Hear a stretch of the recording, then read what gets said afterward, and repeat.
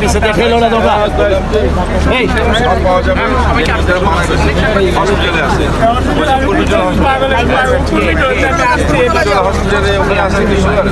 Equal আমার ভাই শোভিন নেতা খেলাগাড়ি মার্কেটে বাস করতে আমেলে ভিডিও করেন না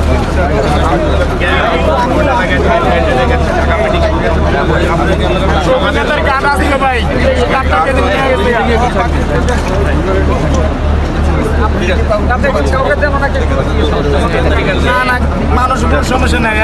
রাজধানী ঢাকার বনানীর এফআর টাওয়ারে ভয়ানক অগ্নিকাণ্ডে সর্বশেষ খবরে জানা গেছে আহত হয়েছেন ৭০ জন এবং নিহত হয়েছেন ১৯ জন।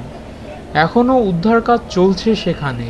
এফআর টাওয়ারের সামনে এখনও স্বজনরা তাদের নিখোঁজ মানুষদের খুঁজে বেড়াচ্ছেন। এ সময় ঢাকা উত্তর সিটি কর্পোরেশনের মেয়র জনাব আতিকুল ইসলামের কাছে নিজের ভাইকে খুঁজে পাচ্ছেন না বলে জানালেন এক লোক। আমাদের ভিডিও ভালো লেগে থাকলে অবশ্যই চ্যানেল সাবস্ক্রাইব করতে ভুলবেন না। ভিডিওতে লাইক দিন, শেয়ার করুন। ধন্যবাদ।